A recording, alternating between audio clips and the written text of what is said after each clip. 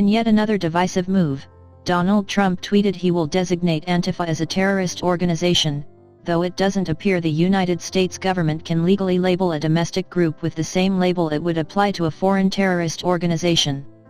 Senator Matt Gaetz, RFL, though, glommed onto the idea and had a glorified violence tag thrown on his post from Twitter. Current and former government officials contend it would be unconstitutional for the government to forbid activity that is protected by First Amendment rights inside the U.S., based on simple ideology.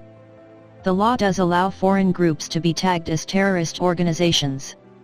The Antifa label is thrown on anti-fascists, which is largely a group whose political beliefs lean toward the left, while not matching typical democratic beliefs.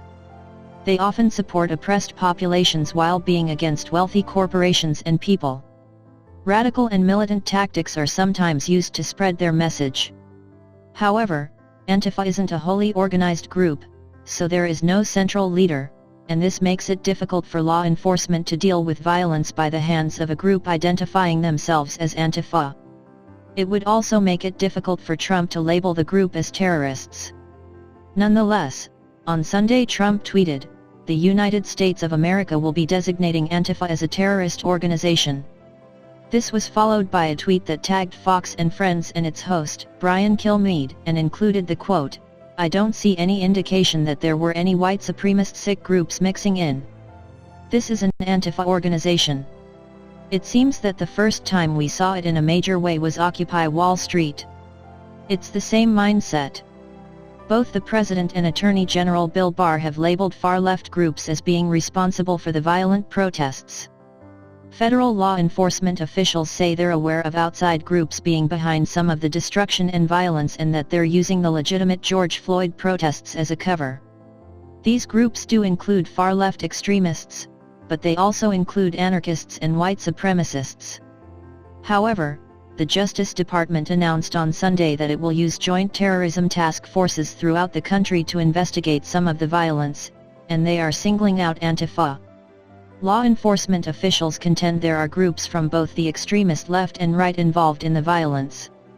The focus on the left-leaning groups by Trump and Barr stands in contrast with law enforcement warnings within recent years that the biggest domestic terrorism challenge is the rise of white supremacist groups.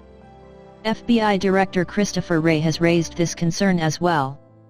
The American Civil Liberties Union's National Security Project Director Hina Shamsi responded to Trump's initial tweet and noted there is no legal authority for designating a domestic group as a terrorist organization.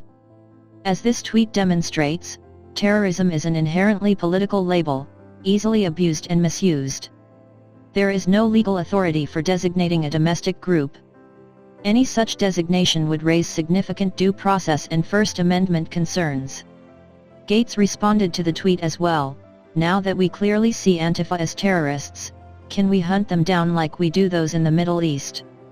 Twitter placed a notice on this tweet that it violated Twitter's rules for glorifying violence, days after Trump received the same warning for his posts discussing how to deal with looters.